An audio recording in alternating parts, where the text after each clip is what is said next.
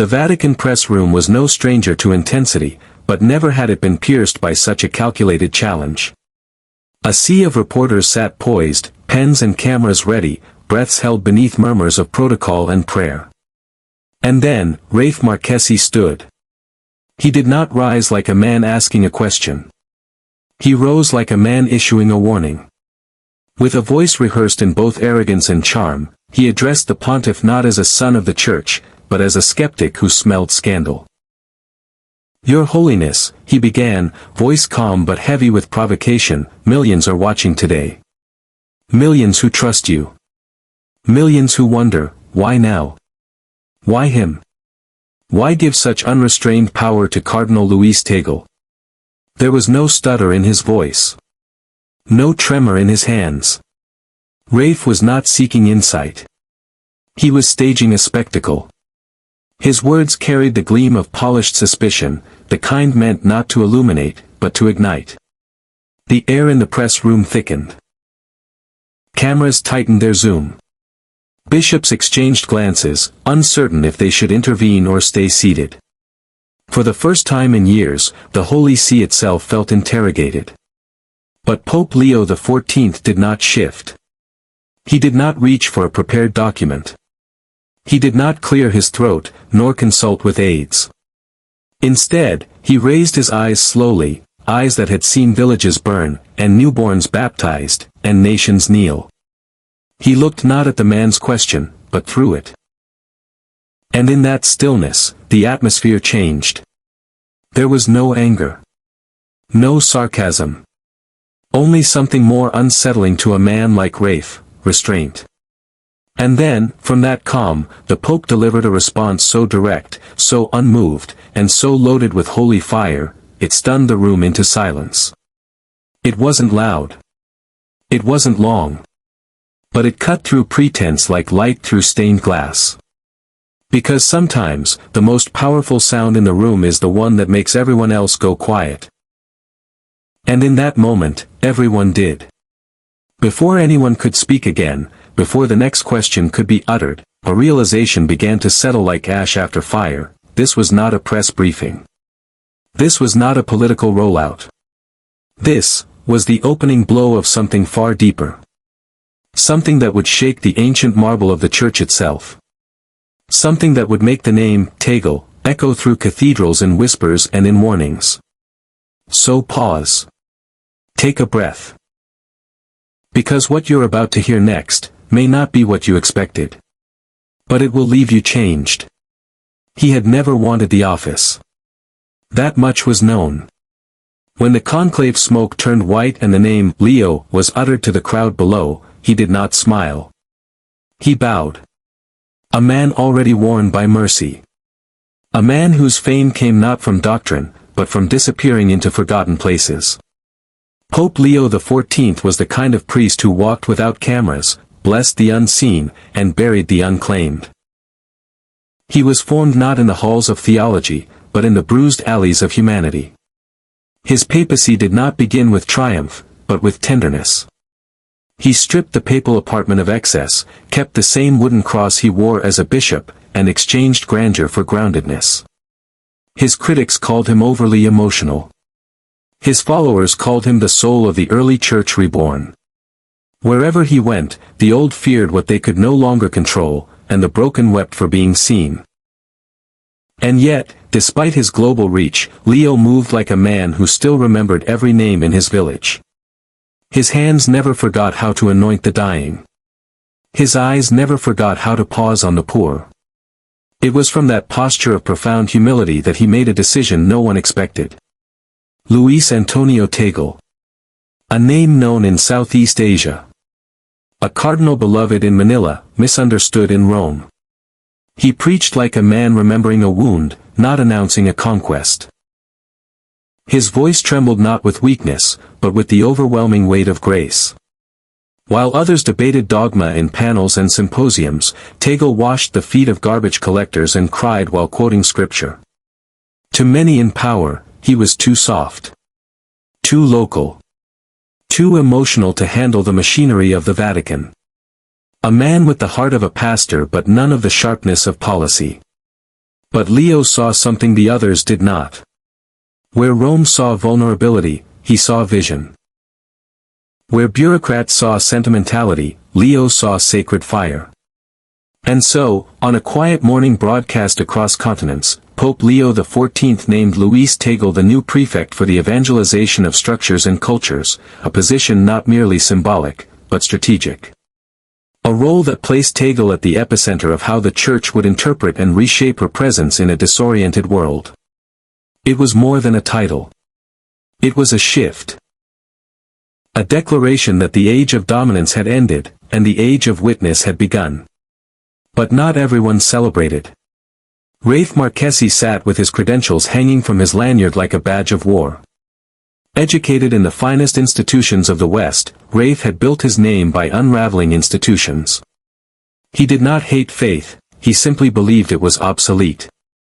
A good story for children. A fine sentiment for funerals. But not a map for modern power.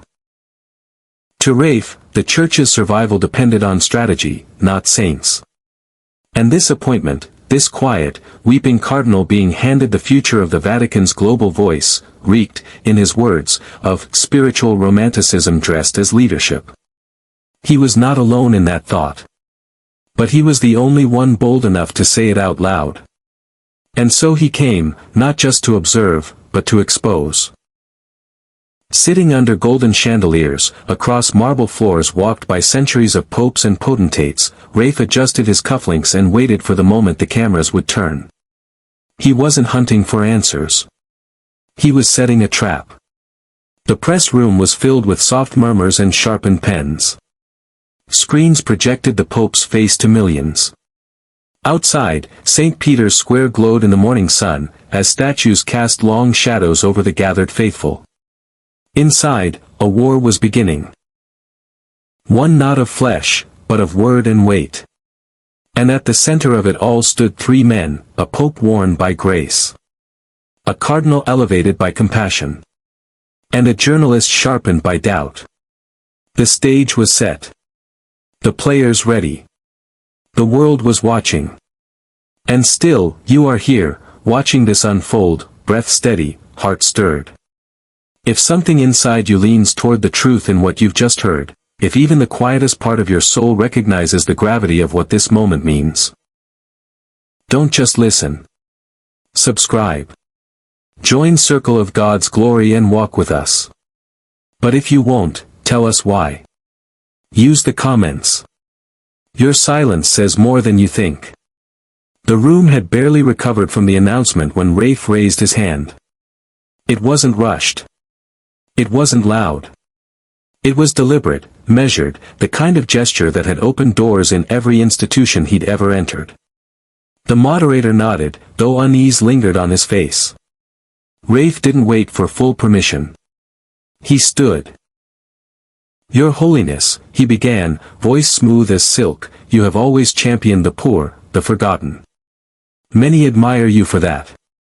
But there are those watching, he glanced at the cameras, who wonder if this appointment, of Cardinal Tagle, is truly about the mission of the Church, or something else.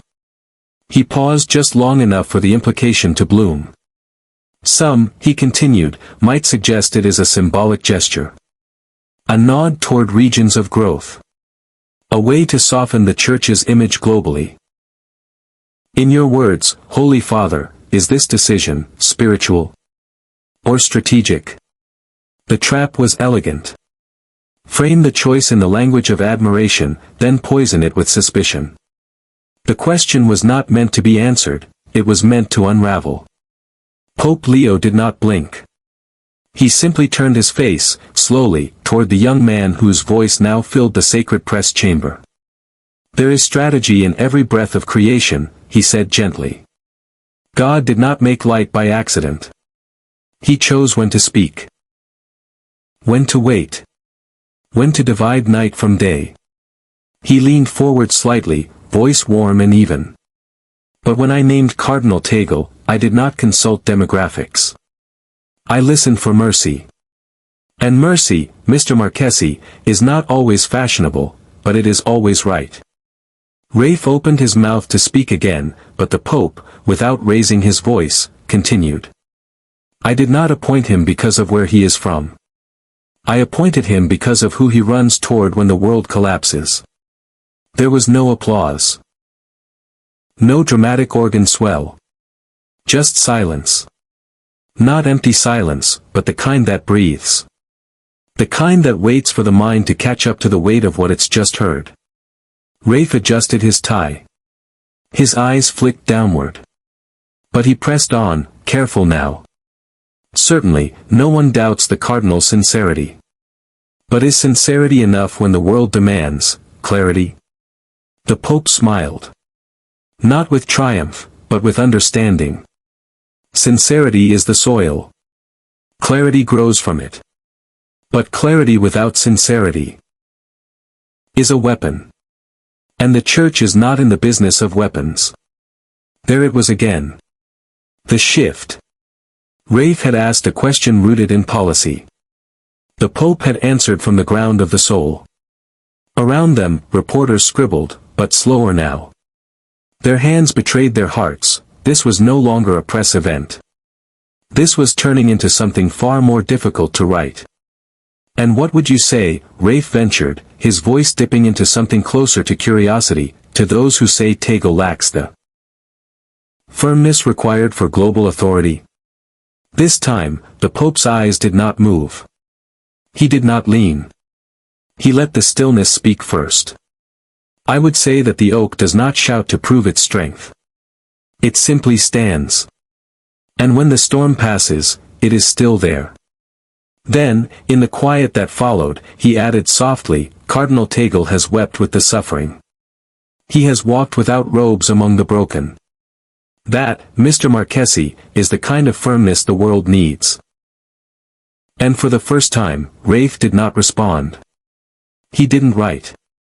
He only looked at the man before him, and for a flicker of a second, just one, he looked unsure. If you noticed that pause, that breath between arrogance and understanding, if you felt it tighten something in your chest, then don't walk away untouched. Subscribe to Circle of God's Glory. And if you still refuse, don't do it silently. Tell us why. Say it clearly in the comments. We're not afraid of doubt, we welcome it. But don't hide behind silence. Rafe was not used to losing ground. He had been trained in institutions where sharpness was currency, where words were weapons, and hesitation was a crack through which respect escaped. And yet, standing in that room, facing a man dressed in white who refused to play by the rules of debate, he felt the ground beneath his reasoning shift. But pride does not surrender easily. He straightened his spine, narrowed his eyes, and leaned forward. Not physically, but rhetorically. With respect, Your Holiness, he began, the courtesy barely disguising the edge, the world is changing rapidly. Geopolitical tensions. Religious extremism. Secularization in the West. Do you truly believe Cardinal Tagle, with his soft-spoken sermons and emotional pleas, is prepared to face this storm? No more metaphors now. No more indirect critique. Rafe had cast his stone, and everyone knew where it landed. And further, he pressed, voice firmer now, some within the Church say your leadership has prioritized compassion over clarity. Mercy over strength. And with this appointment, Tagle, the symbol of empathy, some are beginning to ask, is the Church becoming soft? The word hung in the air like smoke. Soft. A word that tasted like weakness, like irrelevance. A word meant to provoke. Pope Leo's face did not change. But his silence did. It deepened. A silence not of absence, but of weight. As though something was gathering behind his eyes. He spoke quietly, but with a gravity that filled the room. I met Luis Tagle for the first time, he said, not in a conference, but in a collapsed shantytown outside Quezon City. A typhoon had ripped the homes apart. The dead lay in the streets. The air reeked of rot and grief. I had come with a delegation. Press. Photographers. Security. He paused. But Luis had been there for days already. No cameras. No aids. Just a basin of water. Washing the feet of survivors. The room fell still. Rafe said nothing. I remember, the Pope continued, an old woman clung to him. She had lost her son. She had not slept. She was covered in mud and blood. And she said to me, in her broken English, "He stay. He cry with me. God with him." The Pope folded his hands. Tell me, Mr. Marchesi, is that softness? Or is that what power looks like when it remembers it was meant to serve? Rafe swallowed, but the cameras caught the tension in his jaw. Luis Tagle does not perform strength, the Pope said, voice rising just enough. He carries it. Quietly. Daily. Without applause. Then he looked directly into the lens. Not at Rafe. At the world. I did not choose him to win debates. I chose him to bind wounds. Because politics divides. The gospel unites. And we, those who follow the crucified Christ, are not called to dominate. We are called to bleed beside the broken. It was not a defense. It was a benediction with a spine. And something in the room shifted again. Reporters no longer scribbled. They listened. Even those who disagreed found themselves unsure what they were disagreeing with.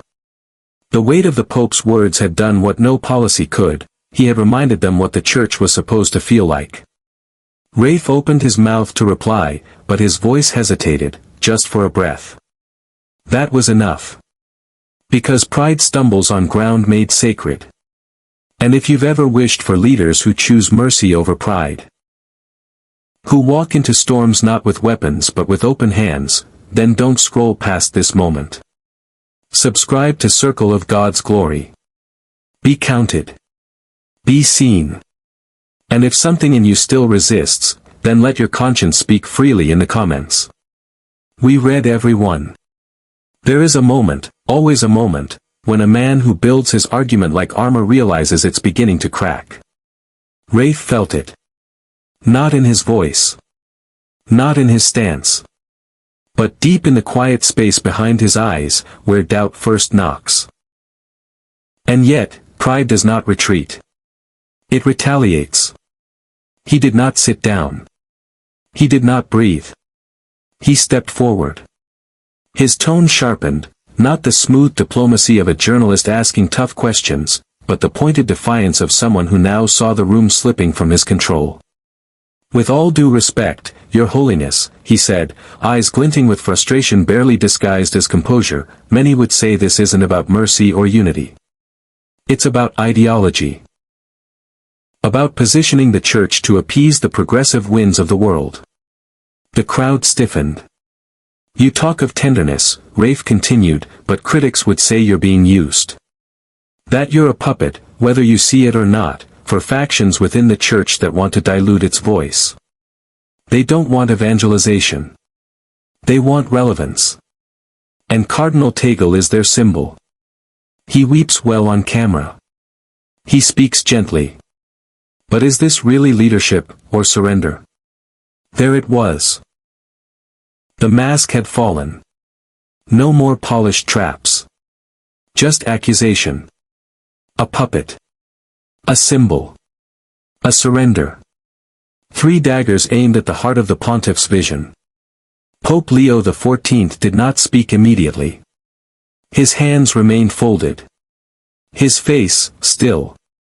But something beneath his calm shifted, like a tide turning under a placid surface. He stood. Slowly. Quietly. No announcement. No flourish. But the movement commanded the room. Rafe's voice caught. He hadn't expected him to rise. The Pope looked at him. Not with anger, not with offense, but with the kind of grief only a man who has buried more than he's spoken understands. I have held dying children in my arms, he said. His voice did not rise. But the silence around it made it thunder. Not on television. Not in ceremony. In tents that reeked of infection. In alleys that echoed with gunfire.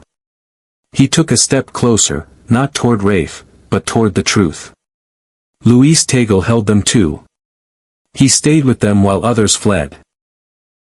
He prayed over them when there were no words left. He wept, not for the cameras, but because no one else would. The weight in his words did not come from anger. It came from memory. You call it naive to protect the innocent? He asked. I call it sacred. The press room froze. Not a breath dared interrupt. You call us soft, he said, because we do not shout. Because we do not strike. But I tell you, it takes more strength to lift a dying man than it does to lift a flag. It takes more courage to be broken beside the suffering than it does to conquer their land. Every camera was now silent. Every hand that once scribbled notes now trembled slightly. Let them call us names, the Pope said, eyes never leaving the man who had come to challenge him. Let them say we have chosen tears over tactics. I would rather cry beside a widow than laugh beside a throne. And then he looked, not at Rafe, not at the press, but at the people beyond the screen. And if that makes us irrelevant, then may God grant us the grace to disappear in love. That was the moment. The moment that would be clipped, replayed, translated, remembered. The moment not of debate, but of declaration. The moment a weary, quiet Pope stood with the full weight of heaven behind him, and spoke not to defend himself, but to remind the world what holiness looks like when it's not trying to win. If this moment settled something in you, if it made you quiet in a way the world rarely does, don't scroll away unchanged. Subscribe to Circle of God's Glory. And if something inside you still resists, then resist out loud. Go to the comments. Say what you must. But do not stay silent. Not here. Not now. The silence after the Pope's last words was not passive, it was sacred. It did not ask for applause. It asked for stillness. Not even the rustle of notepads dared disturb it. Rafe stood where he was, his earlier confidence hollowed by something he could not name. The sting of being publicly rebuked was real, yes, but it wasn't humiliation that gripped him. It was exposure. Pope Leo had not embarrassed him. He had simply turned the mirror. And yet, the young journalist clung to form. He straightened his jacket again, cleared his throat, not because he had more to say, but because he couldn't allow the silence to win.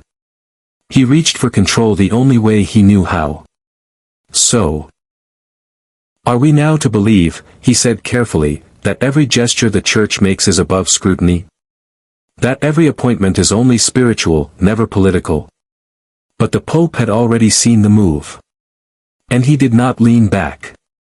Instead, he leaned in. No, Mr. Marchesi, he said. We welcome scrutiny.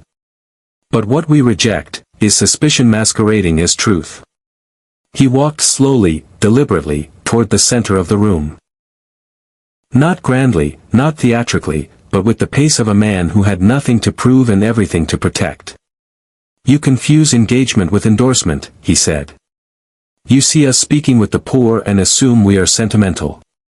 You see us dining with the broken and assume we are compromised. But do you ask yourself, why does mercy offend you so deeply? Rafe blinked. Just once. But enough to show the question had reached him. The Pope continued, each word deliberate, sharp not like a sword, but like a scalpel. We do not elevate men like Cardinal Tagle because they please the world. We elevate them because they carry the world. Not in dominance, but in compassion. Not to lead it politically, but to suffer with it. He turned slightly now, not to Rafe, but to the room. And beyond that, to the world watching through glass screens and hearts dulled by noise. Luis Tagle does not seek influence. He seeks the ones influence forgets. And then, with quiet fire, the Pope added, you want an empire. We want a manger. That is the difference. Gasps, faint but audible, slipped from lips too trained in neutrality to cheer. A murmur, not of protest, but of awe, passed like a breeze through the crowd. The dismantling was complete. Not through insult. Not through dominance. But by speaking a truth too pure for cynicism to touch. The young journalist lowered his gaze, not in defeat, but in awareness. For the first time, he saw that he had not come to expose a lie, but to encounter something unbreakable. And still, you are here. Listening. Watching. Breathing in each word not as entertainment, but as invitation. If you felt something shift in your understanding, even slightly, then name it with action. Subscribe to Circle of God's Glory. Not for a man. Not for a side.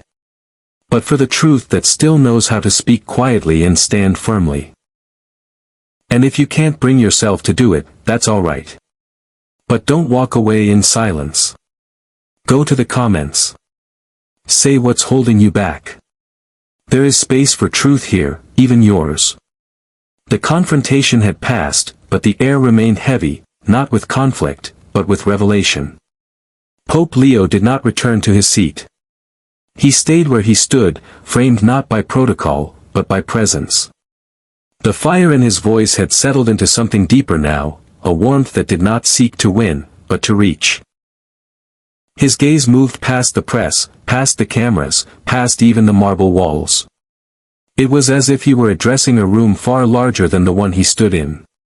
A room that stretched across nations, through screens, into living rooms, hospital beds, prison cells, and quiet, questioning hearts. I know what this moment looks like, he said softly. A debate. A defense. A political drama dressed in robes and ritual.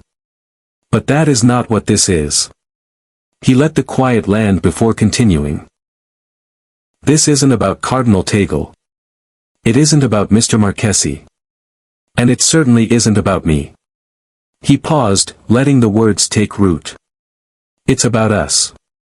The words settled differently this time. He wasn't correcting anymore. He was confessing, not guilt, but belonging. All of us, he said, who have wondered if the Church still has a place for the fragile. For the doubting. For the angry.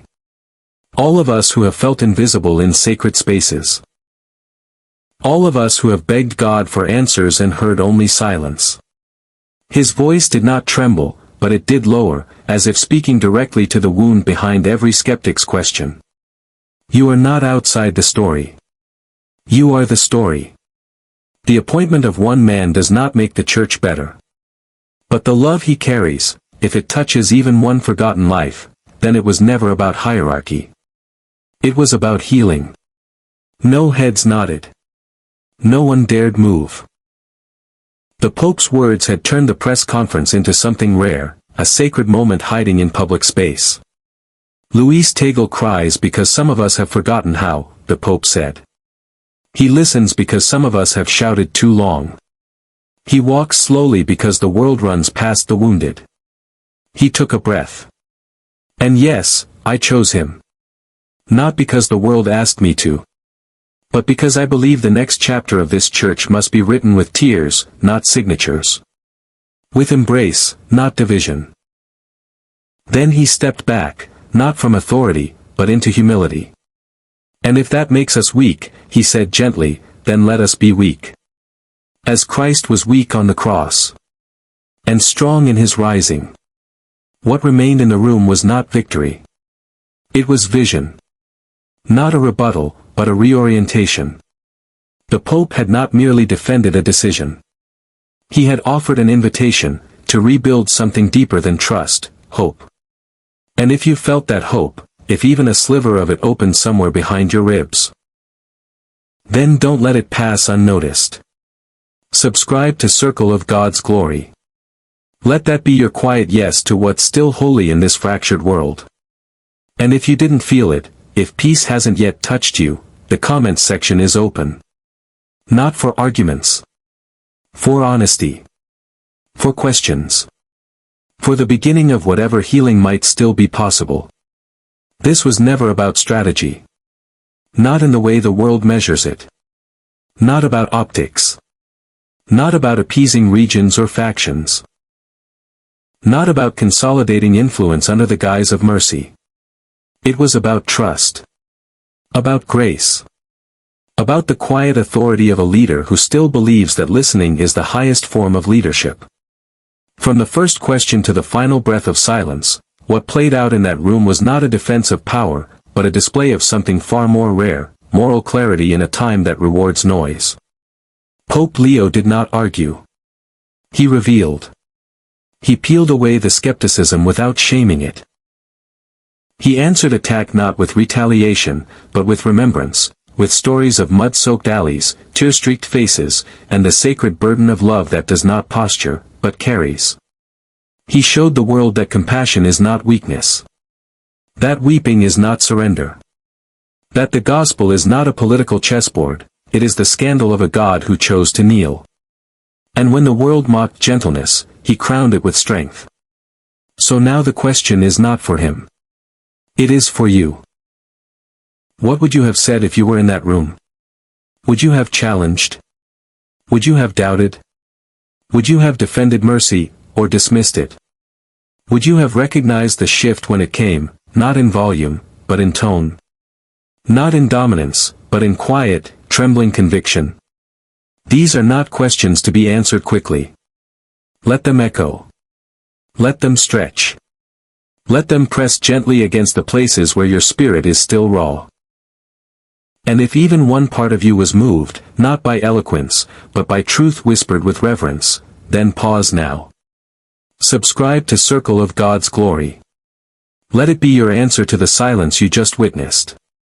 And if you cannot, if you still wrestle, still doubt, then do not vanish. Say it. In the comments. We read them all. Because even your hesitation belongs somewhere. And we are building a space where even the reluctant have room at the table. This is Circle of God's Glory. Where forgiveness becomes the headline. Where the holy is not loud, but lasting. And may we all, in whatever small ways we can, seek truth with humble hearts.